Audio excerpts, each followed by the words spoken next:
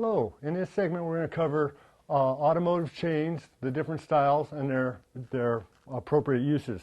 Basically, we have two different style chains, and there's a lot of different variations out on the market of these chains, but it's just basically two different styles that are most commonly referred to as automotive chains, and that being the cable chain and then the standard chain, and then you've got various combinations of mixtures of both. And the basic difference is the standard chain is made as you can see, all made of chain. It's much heavier built.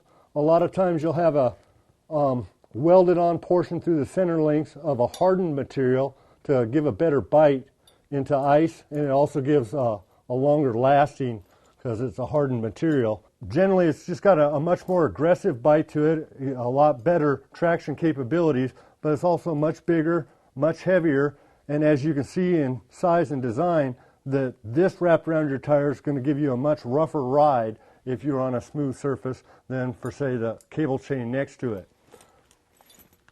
And these are commonly used mostly on trucks and automobiles as well. If you live in a situation where you're going to be driving in the snow and bad weather 8 or 9 months out of the year on unpaved roads, unmaintained roads, then these are definitely a better fit for you. The actual chains themselves will last longer and give you more mileage and a lot more aggressive bite.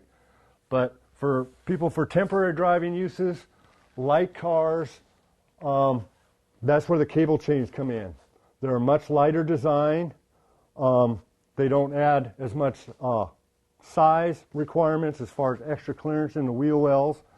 And because of their design of cables versus chains, they're much smoother and much quieter. So it gives you a lot better ride quality than the chains would, but it suffers a little bit in the traction capabilities. This particular cable chain here is one of the real high quality ones, which gives you the ability to replace individual links. Most of the cable chains aren't designed that way. And basically it's all just put together with aircraft grade cable. What you see on the actual traction links that wrap around the tire, these are sections of spring, which is a hardened material.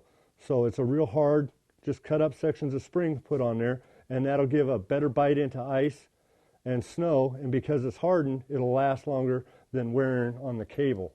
And so those are the basic two types of chains that are available and out on the market for the automotive systems, and they both have their pros and cons, and we'll get more in detail into that. I just wanted to get you familiarized with them before we start our training session. Please watch our next session. We'll cover the safety.